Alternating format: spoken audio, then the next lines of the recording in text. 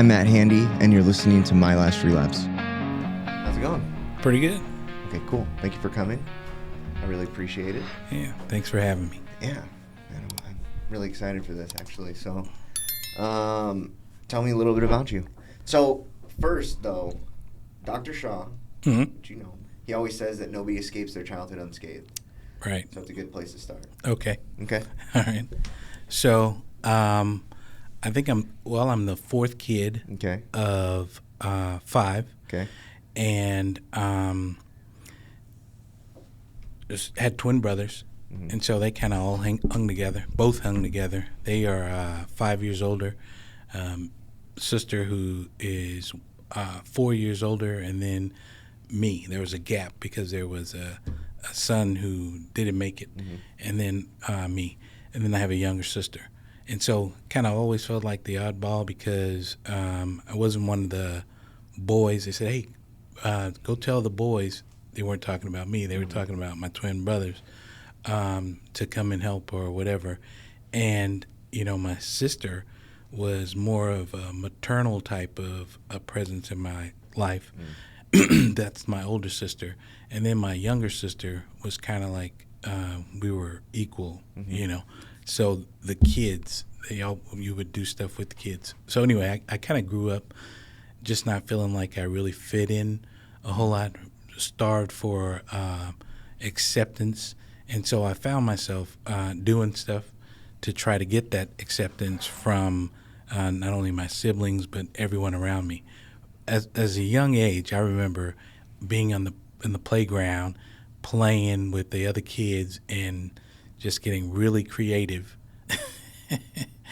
about my life. So I was lying my butt off about, you know, like stuff that we had, places I'd been, you know.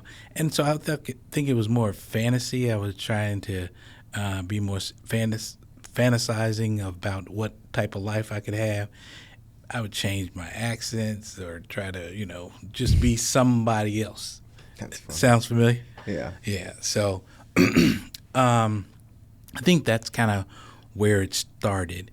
And I was 8 years old, I remember distinctly, and my father left to go to work. Some other guy showed back up, and it was my father having drank. And he had never drank or used before that time in my life.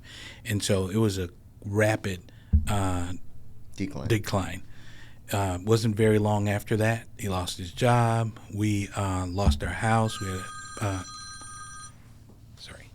we had a house and with, you know, 2-car garage, nice neighborhood, mixed blended community. And my mom had gone to college, but she hadn't worked at least my whole life. And so we moved to the projects. And so when we got across the tracks, Houston, yeah. So what ward? 4th Missionary Village Apartments, which is Sunnyside, South Park, right over the tracks. And so Scott Terrence is what they call it. We moved from Sunnyside to there. It wasn't very long of a move, but it was worlds apart. You know, we were living in a house. Now we're living in an apartment. They got gunfire and people fighting. And, you know, Mom was like, if something happens, you run the other way. All the other kids were running towards the, you know, stuff that's going on. That was my first introduction into drugs and alcohol. So not at the age of 8, but probably about 12, 13, you know, I took my first drink and had my first smoke of weed, and, you know, it was a whole different world. Now, as a young kid, I remember my father giving us a little alcohol, and I was like, this is great. I can't wait till I get older so I can do this again. And so I had been waiting, anticipating this stuff was going to happen. And when I did get that drink, I remembered it, and it was like, you know, what I've been missing this. And so not long after that, I was, I think, in the 11th grade. Neighbor wanted me to just watch as he went and smoked crack At the time, I didn't know what that was or how it was, but he was a big guy, just got out of prison. He was a boxer. So I'm like, I'm watching you. And then, I saw how he responded when he smoked crack, and I'm like, I'd never do anything like that. Sure. Until he let me smoke the crack because he didn't have money to pay me because he had smoked it all up. And it was an experience that I remembered where my ears were ringing, and I'm like, oh, yeah, I know I liked it then. And so it started on an immediate decline when I started smoking crack. Now I was about 16 years old. My parents decided to get me out of there. I went to live with my uncle who lived in Derry, Ashford. And where's that? Derry, Ashford. It's in Alief. Okay, south. Yeah. So I moved from going to school at Yates to now. You got to remember, I've only been in Houston for 2 years. Oh, so yeah. Yeah. Okay, so I'm from San Diego. Okay, yeah. So that Alief is like that's going to be south of Pasadena, right? No, I'm sorry, it's west. Okay. It's West Houston, going towards Katy. Okay. Do you know where? Know? Okay. Yeah. On the 10. Yeah. So that way, off of like Westheimer, and there's the school that was over there that I went to was the Bears. What was it? Alief Hastings. And so I went to a different school, completely different than the school I'd been. Mm-hmm. I was one of 4 black people.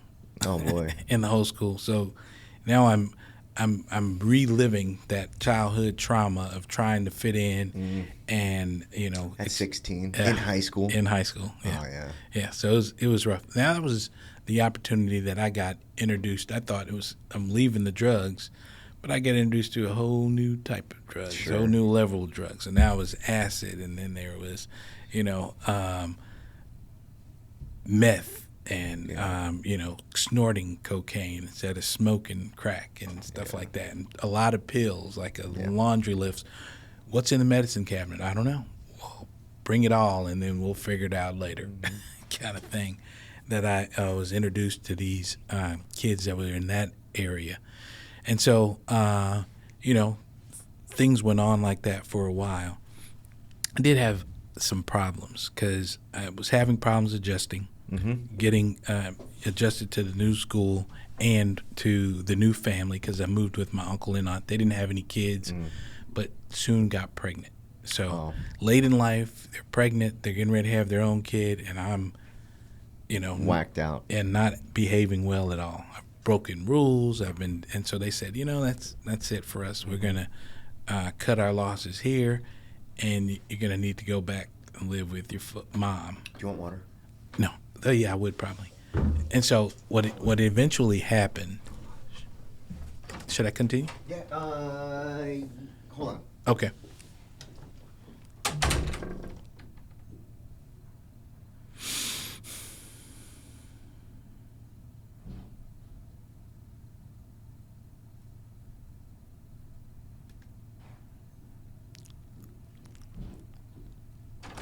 I'm dropping the ball in the water. I'm going to try to get. Thank you. Keep going. So, what eventually happened is I met a friend, and they were younger than me. We were kind of hanging out, new to the city from Seattle, and his parents had grown fond of me, and they wanted me to be able to finish school there because driving away from southeast Houston to southwest Houston, it was like a 3.5-hour bus ride every morning and in the evening going home.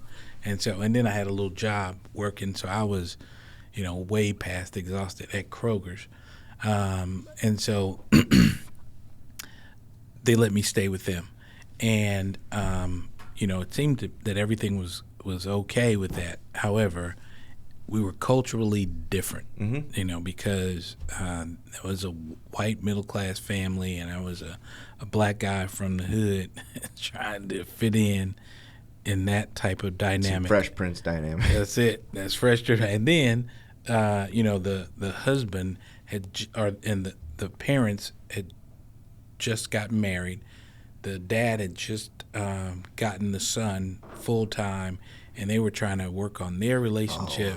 So I was in the middle of that whole thing, and here they're introducing me to the mix, which is like oil and water, because I was used to a certain way that I grew up, dysfunctional family, and now I'm entering into their system. I'm like, okay, you're probably a little more than we can take, and so if you don't have a certain GPA by the time this semester is over, you're gonna have to go. Yeah, which is funny you bring up dysfunctional. It was just a different type of dysfunction. That's right. Right? It just... Yeah. I'm listening to what you're saying. Sure. It's like, that does not sound functional either way. Sure. It was just their dysfunction had been different than for sure. the dysfunction that I had grown accustomed to. For a short time, moved back with my mom, tried to move with some friends, hopping around, eventually dropped out of school. Substances are a problem this whole time? Yeah. So I was always dabbling into smoking crack and drinking and other stuff. And so, just the whole total being a kid, rebelling, and trying to find myself, see who I was. And so by this time, staying with a friend and trying to live life and act like, I'm an adult, I got a couple of really good jobs. I was working as a data librarian, coding seismic data for a geophysical company. Wow. How did I get that job at 17 years old? I wasn't even 18 years old. I was just moving boxes. They liked me, gave me an opportunity as that data librarian because I figured I was pretty smart. I managed to be able to do that job, but I was probably better equipped to be a delivery driver. Well, at the same time, I'm still, a kid, so I go out and drink on a Monday, get drunk, and then, try to show drag in on Tuesday, and so before long, it wasn't long before they realized, oh yeah, he's just really too young to take this job kind of seriously. So they wanted to, I guess, move me to the warehouse or doing a delivery driving job, not the job that I had, but I put a package. I was rushing because I wanted to go drink with my buddies on top of the truck. Now, you got to realize these are geophysical maps of land that they are like topographical maps. Well, some are even in aquatic in the ocean. Oh wow! And so these maps are stored there. So they would just take them, store them, and so Shell, Marathon, these different entities would ask for those, maps, and then we would deliver them to them because they're going to probably potentially drill in those areas. Well, I put them on top of the truck, drove down the street. They fell off into the ditch. And so it was just right up the street. I realized, oh, wow, I don't know what I did with the maps. I think I left them. So I turn around and go back. And then they already knew what was going on. Instead of me being upfront about why I'm looking around in the office, I was like, I can't remember what I did with my water bottle. And he said, anyway, while you're sitting here or continue to fake like you don't know what's going on, the tube fell off the truck, which you left it on top of that, into the ditch. So it's at this address. You should go pick it up and complete your delivery. Yeah. And so now I was still considered the a data librarian, but I was doing this because one of the people weren't there, and they were thinking about transferring me there anyway. But because I was within my first 90 days of employment, it was my last day of employment there. So, that Monday I was out of a job, and then I was continuing to try to find my way through working temporary jobs and so forth. Anyway, at one point, my roommate and my parents had to come, and they did an intervention.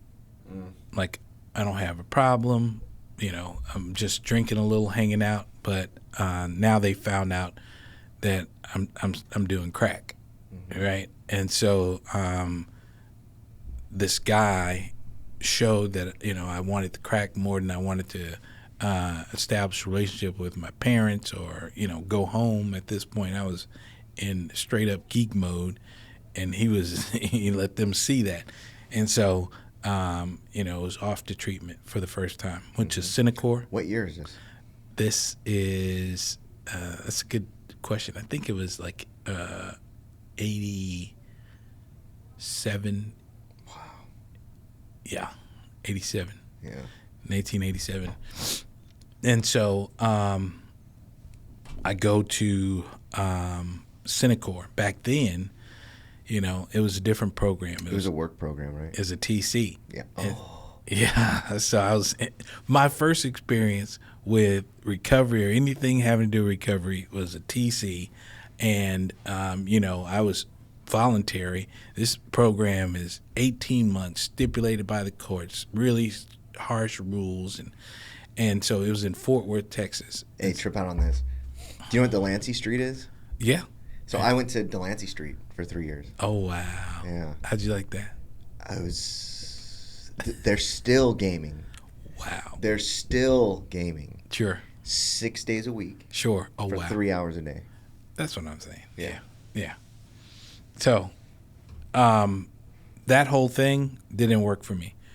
Their programming, not to get into everything about how they had their TC, but I remember my worst day there. I had been there for 4 months. I had my head shaved 5 times. I was working in the kitchen. I had a big sign on my neck that said, "I'm a big baby. Please help me." I had a pacifier on my neck and some keys. And in order to speak, they were called speakeasy keys. Somebody had to hold my keys, and then I could speak. I had a dunce hat sitting on my head. Yeah. So did they call it dishes and hours still? What is it? So punishment. Oh. There's like dishes, and then there's like contracts. Sure. Okay. But yeah, I was working in the kitchen, so that was part of the deal. So I did have dishes, but I was working. I learned how to cook a little bit in there. I learned that I liked being in the kitchen. But I was sitting in the middle of the dining room. They sat me in the middle while people walked on either side to go get their food. And I'm sitting with that hat on. They're like, "God, It's look so at crazy. this dude." With the signs. Yeah. Oh, with the hat, and then I'm doing like this, and I'm looking at people like, "Golly!" And so I just started crying. I didn't, and tears are dropping. And then they got me up, and they said, "Come over here." And then and the reason why they did that is because you can't show any emotion on the floor. So on the floor. Yeah, Gosh. you don't need to be doing that. And so I cussed everybody out and told them all to sit in the chair. I'd already been planning to leave. Yeah, sit them on the bench. And then left out of there. And it wasn't long after. So that was my experience with crack and going to treatment. Yeah. And so I figured, okay, I just won't smoke crack, but I'll drink because that isn't my problem. And it wasn't long before I had spent a couple of grueling hours,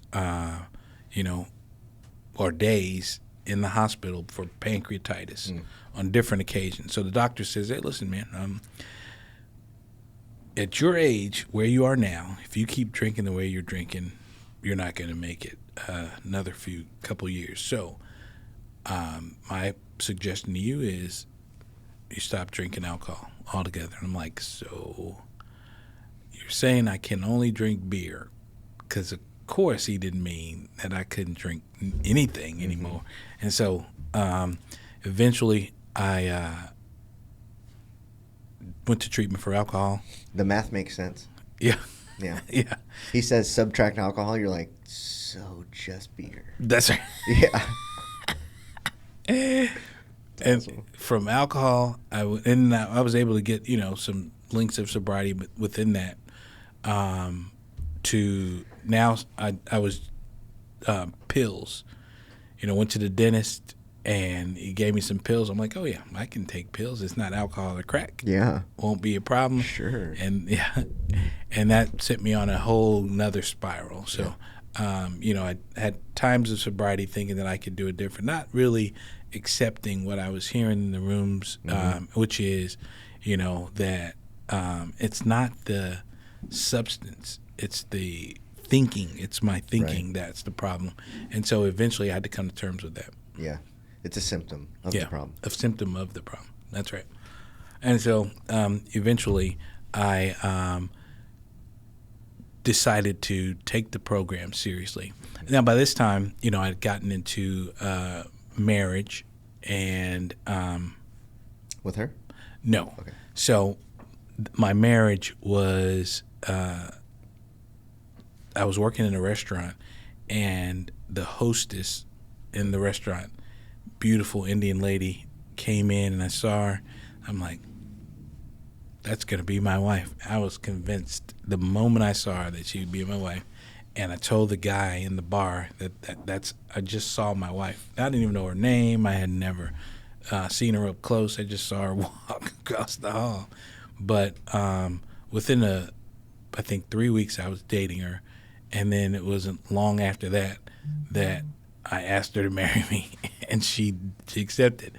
Now, she was Indian, different culture, and in the States just to get an education and then go back to Malaysia. And so her parents would not accept me as a part of their family because that was not a part of the plan. And so she suggested that we didn't tell her parents and that we just go ahead and do it. And so I guess, great math again. Sure. Yeah. Served me up like a greasy pork chop served on a dirty ashtray. So presentation being everything, I'd looked like crap, when the parents looked at me like, you are my daughter's what? Yeah. Oh, my God. Yeah. So, that was a lot of tension. So they disowned her. That's a culture shock. Sure. For them. Yeah. Yeah. Yeah. Yeah. So, my culture being a strong culture, theirs being a strong culture. Extremely, yeah. And so the parents disowned her and didn't want to have anything to do with us. But she got pregnant, and when the baby was born, they came and got active in our lives, at least again. Mm-hmm. So our marriage was rickety for a long. So we stayed married for about 6 years. Okay. And divorced. She still wasn't a citizen. So she was going to take my son and go back to Malaysia. Well, I blocked that. Yeah. And I started to really work the steps and get in the program. And I said, I'm not going to hold her hostage. And I'm the reason this stuff happened in the first place. So I went ahead and signed for her to become a citizen. And one day she said, I'd like to come back. And so we re-engaged in a relationship, but we weren't. So we never divorced. I'm sorry. I think I said we divorced, but we didn't divorce at that time. I was like 3 years sobriety. The next time she took the son, we divorced. Stayed divorced for, I think, 18 months. That entire time, I was in treatment. Oh, wow. Yeah. Oh, at Senecor? No, I went to a place, I can't remember the name. It doesn't exist anymore. But it was near a lake. And I remember... In Texas? In Texas, yeah. I remember taking a lot of medications because they were like, hey, anything wrong with you? And I'm like, yeah. Do you have everything. Any mental? Yeah. Give me everything so I can be out of my mind for at least the next couple of months. So they did that until I could actually speak with a counselor. When I spoke with the counselor, he was a friend that I knew from having some sobriety. And he asked, why are you here? And I'm like, because I want to get my wife back, and I want to, be a good dad to my sons, and all this type of stuff. And he was like, well, what if, that didn't exist? What if you didn't have a wife, you didn't have sons? Why would you want to get sober? And so it kept coming back to, I'm like, well, because I want to. I desire to be sober so I can live a normal life. He said, oh, good. He slides a piece of paper over, and it was some divorce papers where she was asking for a divorce. And then I said, well, give me my keys because I got to go make sure that, he said, well, she's not here. I'm pretty sure she's left at least the state. And I'm like, oh, no, we're going to work this out. And he says, I'm glad you asked for your keys because your dad said that he gave that car to you and your family. And so since you didn't have a family anymore, he came and picked up the car. Oh, my God. So, and... I remember you saying that you wanted to do something about your job, but they called and said since you didn't leave the right way, you no longer have a job. So I didn't have a job. I didn't have a wife. I didn't have a car. I didn't have, any of those things to take me any place. He said, so just go in there, take a nap or whatever, and think about why you're here and if you want to be here. And if you want to get help and you want to change your situation and recover because you don't have anything to go back to, then we'll be here for you in order to do that. And I took him up on his offer. And so at that point, I really started taking recovery serious. Okay, when was this? This was in 98. Okay. Yeah, 98, 99.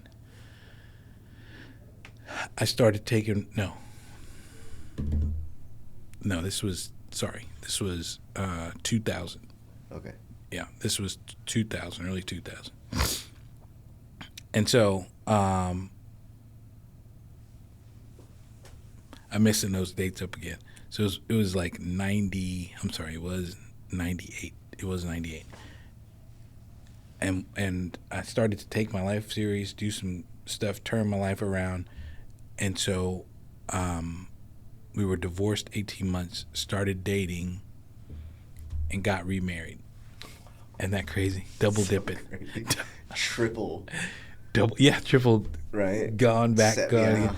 So the normal addict relationships. Yeah. So we were bouncing in and out, and I've truly loved her. I love her to this day, but no, we can't be together because of all the stuff that I put her through. Managed to stay married that time like 8.5, 9 years. So then took another couple years to get a divorce. So total about 18 years being married to her. Yeah. Where's your son right now? So I had two. With her? Yeah. Oh, God. So the first time we had the one. Then when we got married the second time, we had another. One. So he's 32, the oldest, with my granddaughter, and living in Florida. Okay. Yeah. Apple didn't fall far from the tree. So the reason he's in Florida is because treatment. That's right. That's right. Okay. That's why I went to Florida in the first place. Yeah. The other son is 28. He just had a birthday, and we all celebrated together. The mom, me, and Em went out and had sushi after church, and he finished college in Florida, back here, but he's living with his sister. He loves, I guess, the smell of marijuana in the air because he does it all the time. Yeah. And so another product. It's got to be the smell. It's got to be the smell. It's like an incense. Yeah. And so the I guess residue of my life rubbing off, even though he was 8 years old when his mom and I divorced. My other son was 12. She moved to to Albuquerque, then to Seattle, Denver. They moved around. Gosh, those are rough cities. To not smoke weed. Dude. Yeah. And so she did. That was a difficult deal. They both had their exposure. And, Seattle for a long time. Mm-hmm. That's definitely not a place. That's a heroin capital. Sure. Right? Sure. It's like one of the spots. So, while that was going on, I was still trying to find myself. I got in and out of recovery, getting links of recovery over a period of time, and so was it recovery or was it sobriety? it was blended. Okay. Some was recovery and some was just sobriety. Okay. Opened up a few sober living places. I was actually had a big place, which was an old hotel with a friend of mine, and I'm like, dude, I'm not ready. He's like, well, just stay inside, you know. At this time, I had fallen in this place called the Watershed, broke my tailbone. Watershed is in Florida. Okay. Yeah, the treatment center. Yeah. They're shut down now. They shut down. Yeah. I went by there when I went to check it out, and so that's why I mentioned it because they're like famous. Yes. Yeah. Yeah. It was amazing. The food. It was like a 5-star hotel. Going to the Watershed. That's right. It was the Watershed Hotel before, right? Probably. Yeah. Yeah. Because it's huge, Yeah. big, beautiful place, and so we stayed there. At least I stayed there and was doing aftercare. Went on to the halfway house or PHP portion. Broke my coccyx on a wet floor, and Dude. that was that. It's still I still feel the pain from that broken coccyx. Yeah. And so I got prescribed opiates In Florida? in Florida. This was it was early Early 2000s? 2000s. Yeah. Oh, man. So I was introduced to them. OxyContin train. That's when it was those pill mills. Yeah. So I definitely had a doctor who believed in pill mill. He would coach me when I would go in. And he goes, "How's your pain?" I'm like, "Well, it's about 5, 6 years." You mean a 10? Yeah, that's what he did. So you said a 10 on He's that. on that oxy. He was like, also, you need Xanax too, right? That's right. and man, when I tell you, I took full advantage of it. And I was He'd be thinking, like, hey, okay, take this next door. yeah, no, he would, yeah, that's what it was. So one time I came in and I was sick and I didn't realize, that was a product of, I said, man, I got something, I'm coming down with it. I'm throwing up and having squirts, I'm sweating, and it's Something's fucked up. Yeah, and then I said, don't want to get too close. He goes, no, it's okay. So did you run out of your meds? I'm like, yeah. I'd had to double up on him because he said, well, you shouldn't do that. You should just. He's like, you shouldn't do that. Yeah. And so when he finished with the initial observation engagement with me, he then said, what type of insurance do you have? I'm like, whatever it was at the time. And he said, okay, where do you normally get it filled? I'm like, Walgreens or CVS or something like that. And he said, would you mind trying to get it filled here? I'm like, here where? In the office. Yeah. So I'm like, fill my prescription in the office? Yeah. So he had the whole pharmacy in his office. Do you remember when they had to build walls in the offices? Because of it being a pharmacy? Yeah. Oh, no, I didn't know that. Yeah, so at a certain point, like, people started catching on. Regulatory bodies started catching on. And, I mean, they had... Oh, they had to separate it? They had to build a wall in the middle of the office. And so what they were doing was, like, the entrance would be, like, right here. And then they'd build a wall, and then there'd be another door. So you had to leave the doctor's office to walk go around to the pharmacy. And it's in the same... It's the same room. Yeah. They just built a wall. That's it. No. Yeah. The doctor never did that for me. Okay. But I listen, before he stopped giving me medicine, he was giving me, prescribing me 240. Selling me 240. That's right. 240 30 milligram Roxicodone and 90 80 milligram Oxycontin. Oh my gosh, the green ones? Every 2 weeks. So twice a month, I was going down there and getting that. Yeah. That's so crazy. Twice a month. And I just had the one doctor. I mean, but I didn't need to have any more. Street value, about $14,000 worth of pills. Every 2 weeks. Every 2 weeks. Okay, so during this time, were you, like, aware of the... I mean, because obviously you didn't know what being dope sick was. Mm-mm. So, like, how aware are you of, like, the overarching picture of this problem? Like, not just you, not just him. Sure. But, like, the whole thing. Well, I was living down in Florida at a time where everybody was chewing on pills like Yeah. Tic Tacs. So, I may be able to have some, and then other people would, try to buy my pills. Mm-hmm. And so it was a lot of that stuff going yeah. on. And so eventually, I was the guy buying most of the pills. Mm-hmm. But I was like, I can't live like this. Did I mention what I was doing for work at the time? No. Oh. So I'd gone to school down there, took a Series 3, and I was a commodities broker. I was selling commodities, trading commodities, yeah. And so I learned this firm, and it was in Delray Beach. We did everything. And Okay, so it was like commodities and then probably drop shipping and warehouse stuff. Sure. Yeah. So we did gold, colon laminate. Oh my gosh. Yeah. You're crazy. Yeah. So I was living in Boca. I was doing really well. Oh, beautiful. Big place in Boca Raton. People from, it was a firm that had both commodity brokers and stock brokers. Oh, my God. And we kind of stayed I had 3 roommates that were Jewish and me. Yeah, and they were doing stocks. Yeah, well, 2 were doing stocks, another was a commodities broker. Yeah. So it's a line to a good joke. Have you ever seen both? Okay, go with the joke. 3 Jewish guys, and I'm just playing. Oh my gosh, that's all a living good in a house. wind-up right there. Have you seen Boiler Room? I did, yeah. Dude, yeah, it was an amazing movie. So I don't think that they were that bad. Yeah. But it was some questionable stuff going on. Dude, that was the Wild West of the stock market. Right. And it was during that time. Yeah. And so, and everybody's strung out.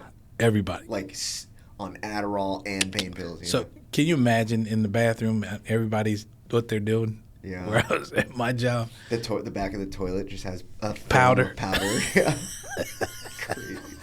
And it's like stained green and blue right. and pink. Yeah. It was a regular occurrence. Gosh, that's crazy. So I was able to, get out of it. Yeah. And I'm like, I can't continue to come to work and do all this kind of stuff. And plus, I'm strung out. And, like and then a fucking lab rat. Now I'm doing the most fastest delivery that I can, because I'm going dope sick right away. Oh, no. Because all the medicine. Yeah, so I'm walking everywhere I go. I have a little pouch that I have on my person. And so, wasn't long before I couldn't do that anymore. Yeah. And so I got with a friend of mine who's an attorney, and we started doing mortgage modifications, remodifying home. My gosh. When the market, Subprime stuff? Yeah. Oh, my gosh. You just got into everything? Everything. That's so funny. That time period was so crazy. It's crazy. So, it wasn't a dull moment. And, there was an opportunity to make a lot of money. So I looked like life was great. Mm-hmm. I had never been so miserable in my life. My kids, here's a sad moment from that time. So my kids came down. We told them I was going to take them to Disneyland. They were all ready, getting everything up. And I had run out of pills. Oh, no. And so I'm like, I can't do it. So and it was dry because there has been a big bust. So I called somebody who had some, but it was all the way in Boynton or Delray, something like that. So I had to drive from Boca Raton all the way there. I had my kids in the car and I had my stuff. I wanted to buy a lot of them. So a few $1,000s worth of pills because I knew I had to be able to hang out with my kids, right? Yeah. And so I'm driving into the parking lot, and it's all on me. So I have to open the door to puke because I'm knowing that I'm about to get high, and I'm already sick, sweating, and my kids are like, "You okay?" I'm like, "Oh yeah, I just don't feel too well." And so I go and get the stuff. I go in the restroom. And it's like one of those outhouse kind of reconstructed porta potty type deals. And they're right out front. I'm inside, and I didn't bring any water. Oh, no. Yeah. So I couldn't go back out. I've already rigged everything up. I'm shaking so bad and sweating. So you know where I got the water. Yeah. Yeah. Got the water right out of the toilet. And that's the mark.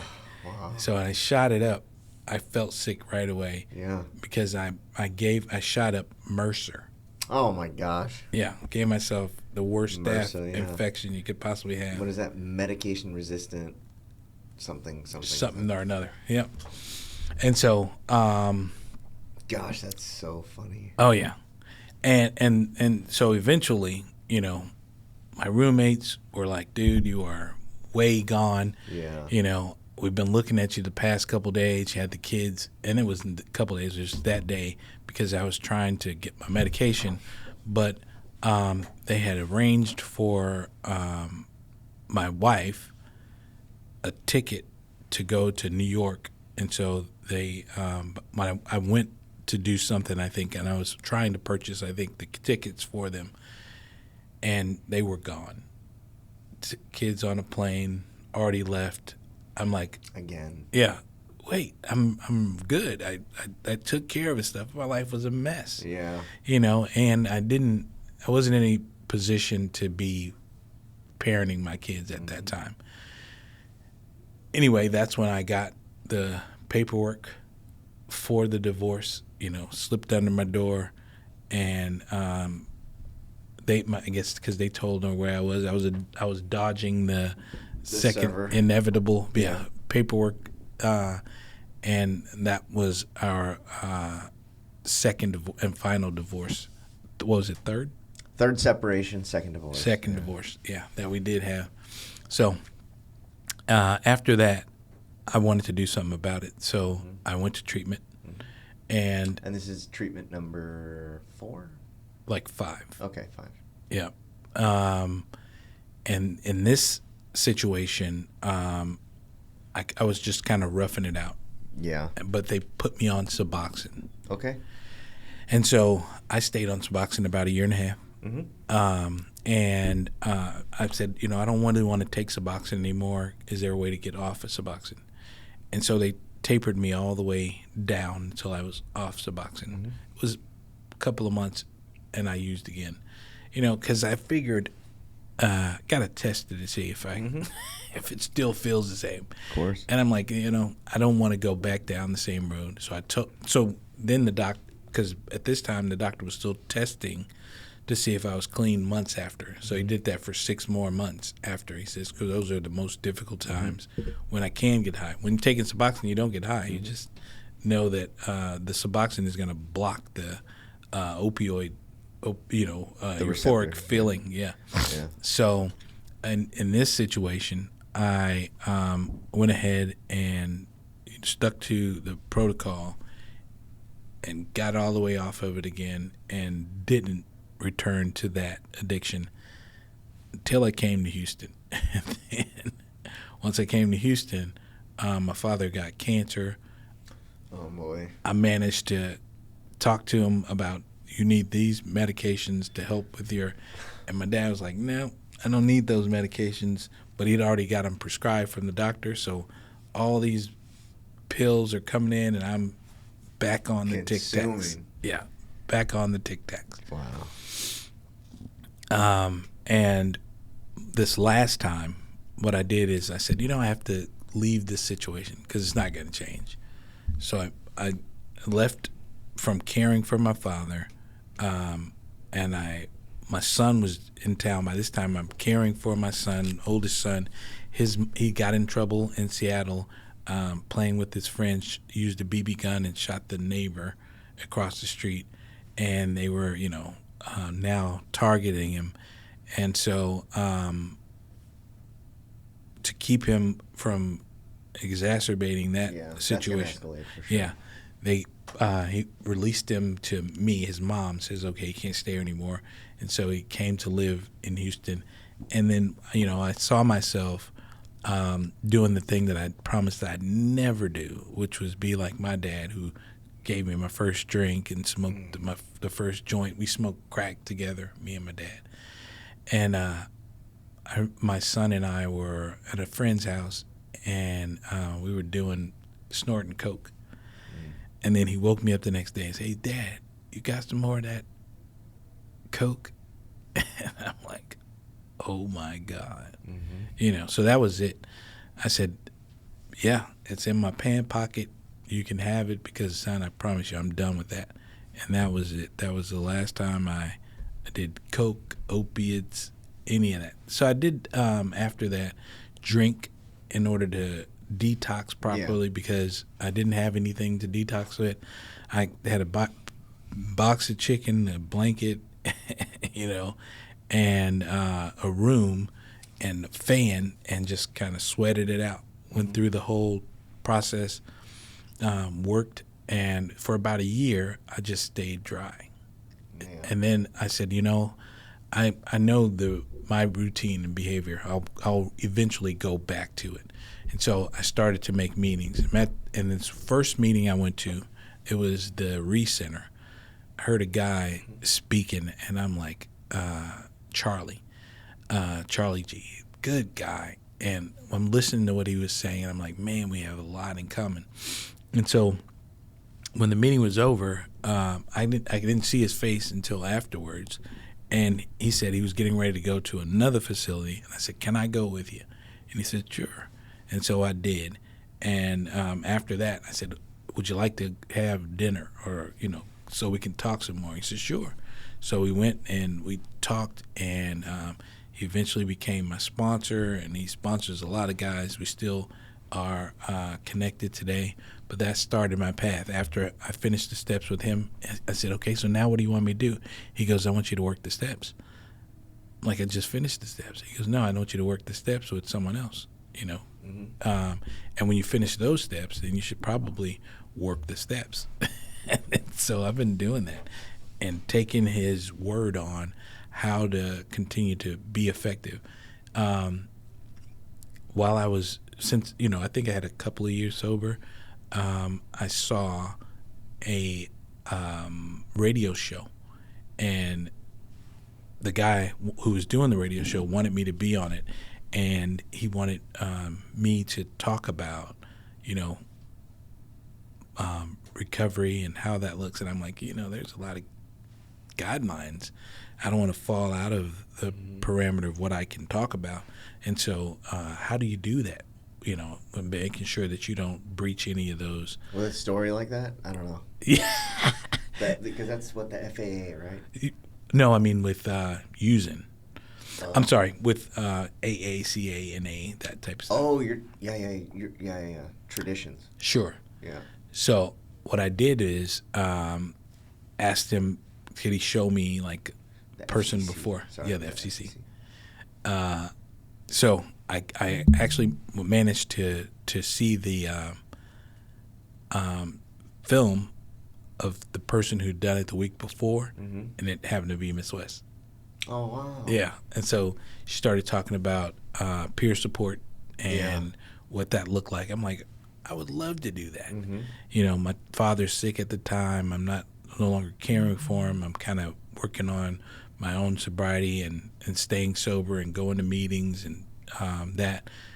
And so, but I'm not getting any fulfillment out of driving the bus. That's what I was doing for the hospital. Okay. And so, I figured I could do so much more, contribute so much more to life. And so when I took the class, paid for it, took the class, and then for peer support specialist. Afterwards, Mr. West and Miss West asked if I would like a job, and I'm like, absolutely, I think I would do this. After doing my 200 hours there free,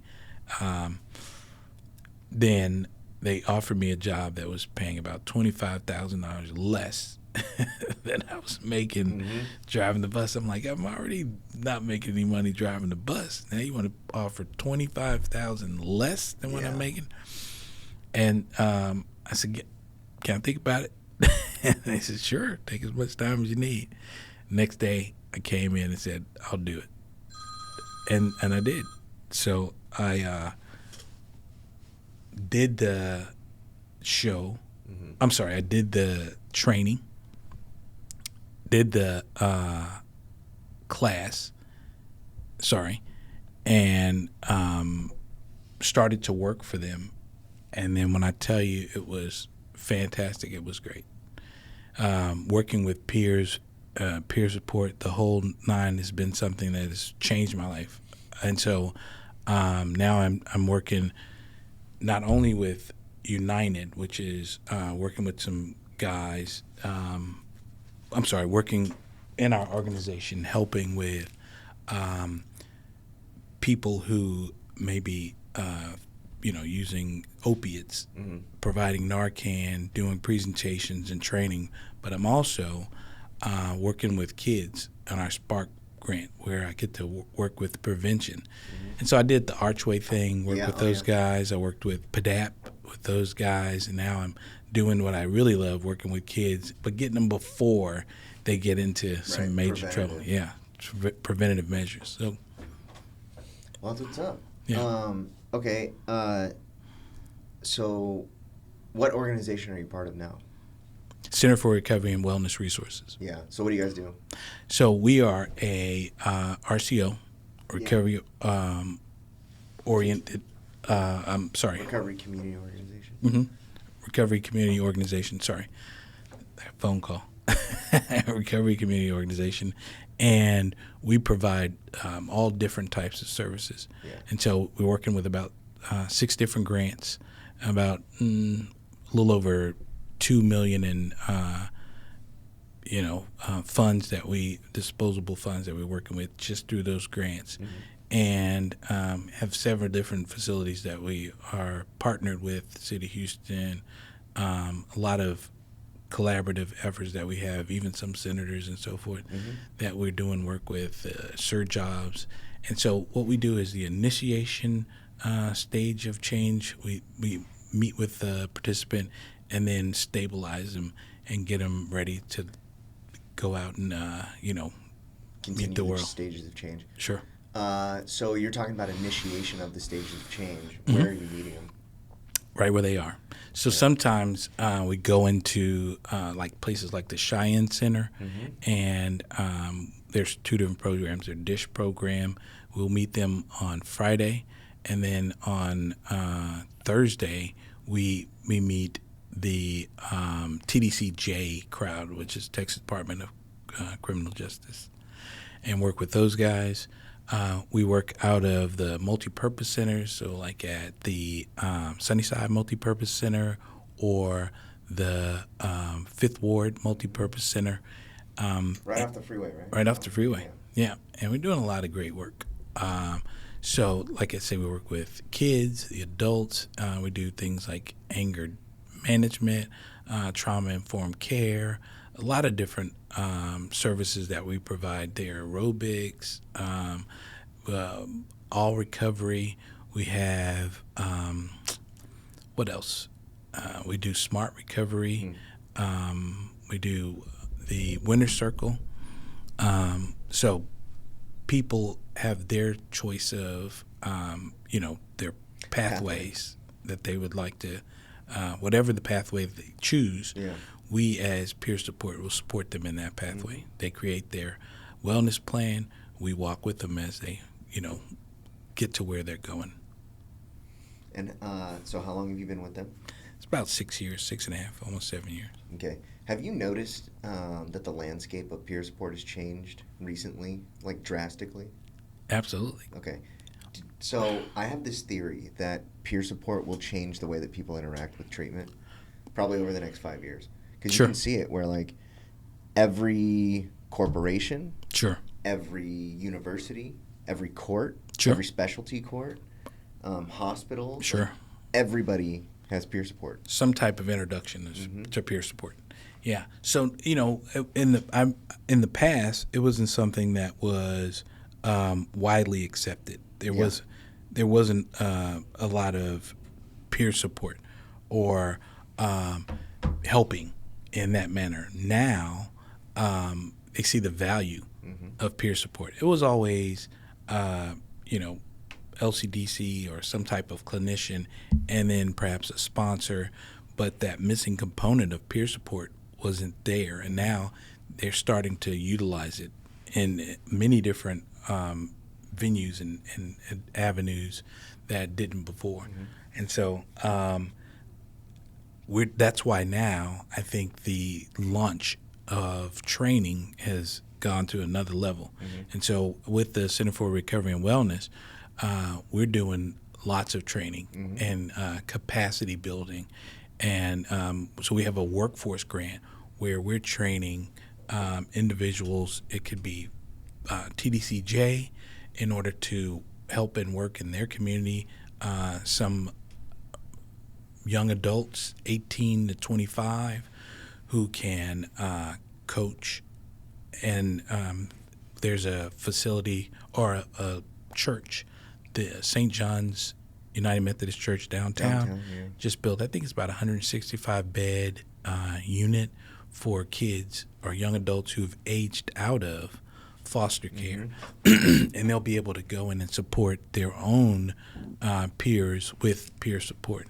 We collaborate with the city of Houston, and they have a program for reentry participants to take the recovery coaching class and then go out into these various sites like around town, community centers, and provide peer support. So people don't have to drive clear across town. They can do it right from their closest community center and actually engage with a recovery coach who has been trained, vetted, and as a part of our program, we will train the participant. We will get them certified and then place them. And as a part of that, we for a few, we can incentivize them by giving them a stipend for completing that entire process. So, do you like to read? Yeah, Okay. sure. Do you know who William White is? No. Okay, so William White started peer support. Oh yeah, I do know William White. He they have a lot of paragraphs about, well, a lot of writing about him and peer support and how that worked. That's right. Yeah, so William White, he also was the director for the Recovery Research Institute. He's in bad health right now, but he wrote, there's two books that I always tell people that if you're like involved in peer support that you should read. Sure. The first one is Slaying the Dragon. Oh yeah. Yeah. I remember that. I actually did read some of that book. Dude, it's... Yeah, amazing. Oh my gosh, I can't even like... Yeah. I can't even describe to people like how much of a difference that one book made on the like direction of my professional life. And then the other one is Recovery Pathways. It's like a longer title than just that, but just search Recovery Pathways, and it's called like the Travel Handbook. Amazing books. I mean, just the amount of information, the amount of history. That's all Slaying the Dragon really is. It's the history of addiction and treatment in America. And but dude, this guy's got hours and hours and hours of talks and like different symposiums that he was talking at and stuff. Amazing man. But that'll be I asked him to come on the show, but he was like, he can't do anything public facing right now. He's just in ill health. So, this is podcast to be shown on, or just sound? No, everything. Okay. Yeah. Okay. But all right, you want to talk about anything else? How life changes. Yeah. So my young son, the 32-year-old, now has a daughter and about to have another. Wow. And facing the same challenges, but he has to find his own way. And it's something very good. He's now working in not peer support, but in a recovery capacity. He wants to become a person who's in peer support. My youngest son does have his peer support license. Certification. He's working at trying to find his way around peer support, how he will fit into that. Maybe something media or something like that. But because of their own lives and where they are in their own recovery,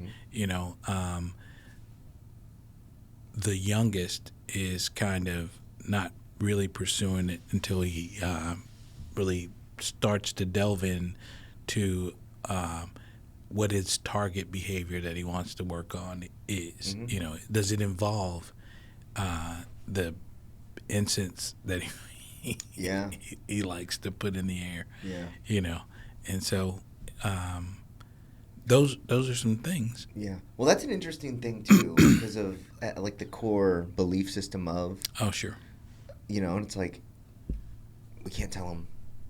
No. It's like, but so a little bit about what happened with me is Sure. that I was going to meetings miserable, Sure. sober, miserable, and leaving them even more miserable.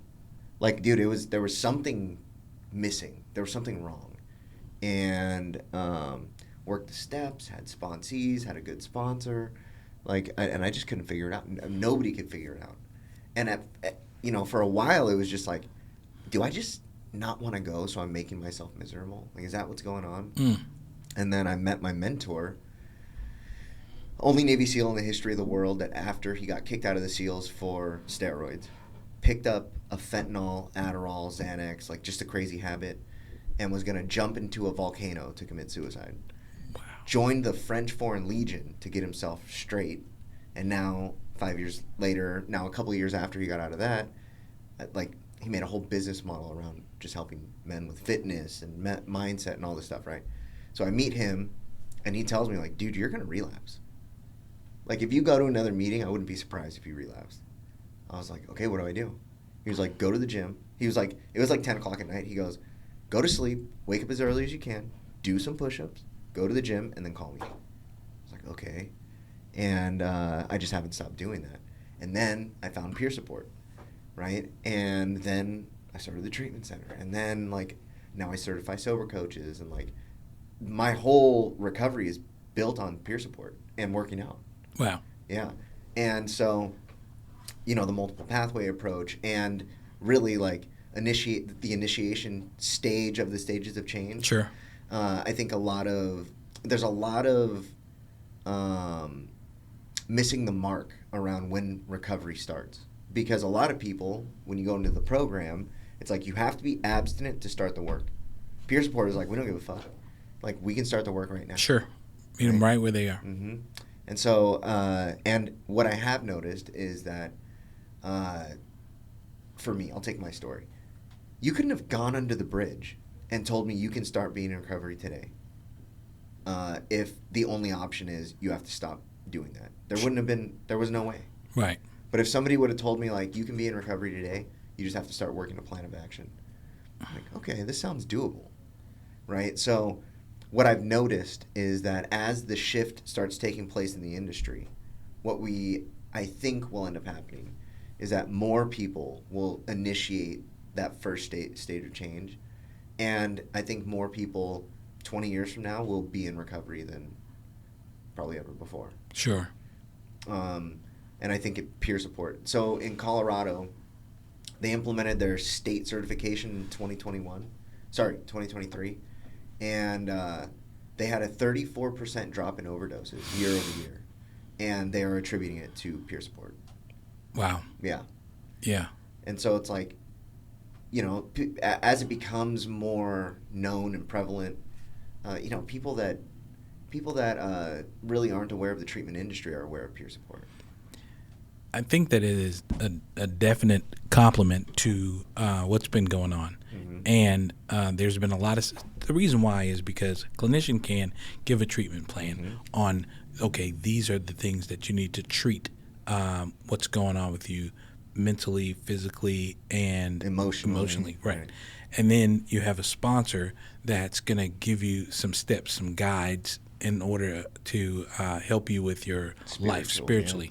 Yeah. But the recovery coaching or the peer support piece will help you to be able to navigate life. You know, how do I, after being imprisoned for, since I was 18 years old, how do I how do I get a Social Security card? How do I get a job? Mm-hmm.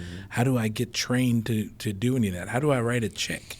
How do I, Get a bank account. Yeah. Get a driver's license. Any of those types of things. We have classes that address those very things. Mm-hmm. Job readiness. We have, opportunities for people to learn how to navigate basic things. They give us a smart goals as to what they are trying to accomplish, where they're trying to go in life, and we walk with them until they are able to accomplish that. Start their own businesses, or get the training that they need in order to work at someone's company, some certifications because they want to work in food service, to be a physical trainer in order to, continue doing something that they really like. We can get them certified to do that. We do all that stuff as a part of the peer support that we provide over at the Center for Recovery and Wellness. Yeah. So life is different now. Sure. How long have you been sober? It's been almost 9.5 years. Damn. Yeah. It's crazy, huh? Okay. How about you? It'll 2.5 years. Really? Yeah, but I relapsed after 3.5 years. Yeah. For 11 days. So it didn't take long for you to... No, well, and this was so kind of what you were talking about, right? Sure. Is like that I had 3.5 years of sobriety. That's right. I had no recovery, and I had that thought in my... So I'd used from... problematically from 16 to 31. Mm-hmm. No stops. And that's through prisons, through homelessness, all that stuff. I used. So I had this thought, like, I'd never been stable and tried to use, right? I'd never, like, had my life right and tried to use. I just paid taxes for the first time this year, and I'm 37. Wow. Right? So I was like, maybe I can... Well, first of all, let me be fully transparent and honest here. I had no recovery, 3.5 years of sobriety. I was bored and I was depressed. Okay, and then this nagging thought of like, maybe I can use, right? Sure. And so I picked up. I got high. Basically, nothing happened. Like nothing happened. I didn't go to jail. I didn't lose my wife. It was relatively consequence free. But I realized very, very quickly, like, I don't want to do this. Sure. And so that's why it's called My Last Relapse. Yeah. Because it was the most pivotal 11 days of my life. And this is, by 18 years old, already in prison, lost a family, lost a marriage, lost a kid. 21 years old, already back in prison for drug sales, indictment, like all this stuff. Homelessness, years of homelessness. Alienation from society, alienation from my family. I'm the oldest of 10 kids. I didn't talk to them for 10 years. Wow. The majority of them, it was 10. Some of them, it was 14. But that was by my choice, right? So all of that, and the most pivotal moment of my life was 11 days where I just sat on my couch and got high, right? All of this sprang out of that 11 days. Thank God for the 11 day. Yeah. And so people are like, wait, you've only been sober for like that long? It's like, yeah, but... Sure. Dude, I wouldn't change any of it. Sure. I would rather have 2.5 years of sobriety than 6 years all day. Right. Right. Because, I've seen people 20 plus years, never worked a step, couldn't be more miserable. And I'm like, just get high. Yeah. I say the same, dude. Why? Yeah. So, what I always point to is like the guy in the back of the room that's got 30 years. I'm sure you've heard this where they go like, 30 years. Well, I just didn't drink today, so that's a win. It's like, what? 30 years. 30 years and that's still a win to you? Like, dude, like, what the fuck? And then what else I tell people is, and people, when I say this on here, people always, it's the comments and the, but I always say, like, if you're going to get sober and you're not going to help other people, just stay using because you're a fucking waste of time. Yeah. Like, you're wasting your time. You're wasting recovery's time. Like, you're not actually fulfilling the debt that you've entered into. So people hate it when I say that, but I think it's true. Well, I think, if my life was saved, what was it saved for? Yeah. Why did I go through the entire experience in the first place? Mm-hmm. There has to be purpose, a point to it. And, I don't think that we're saved or delivered or however we get sober for ourselves. It's for those who are coming behind us. Mm-hmm. What can we contribute to life? Mm-hmm. We weren't pulled out of the fire to stay out of the fire. We got to go back in. Got to go back in the fire. Yeah. So other people are still in the fire. Yeah. It's good, man. Well, man, I appreciate your time and coming on short notice. This was told you 2 days ago. Sure. Yeah. Well, I appreciate it, dude. I really do. And anytime you want to come on. Also, I'd like to talk to your sons if they're willing to. Absolutely. And your wife. And sure. Yeah. We can make it happen. All right, man. I appreciate it. Thank you very much. Yes, sir. Thank you for having me. Thanks for listening to My Last Relapse. I'm Matt Handy, the founder of Harmony Grove Behavioral Health, Houston, Texas, where our mission is to provide compassionate, evidence-based care for anyone facing addiction, mental health challenges, and co-occurring disorders. Find out more at harmonygrovebh.com. Follow and subscribe to My Last Relapse on YouTube, Apple Podcasts, Spotify, and wherever you like to stream podcasts. Got a question for us? Leave a message or voicemail at mylastrelapse.com. If you're feeling overwhelmed or struggling, you don't have to face it alone. Reaching out for support is a sign of strength, and help is always available. If you or anyone you know needs help, give us a call 24 hours a day at 888-691-8295.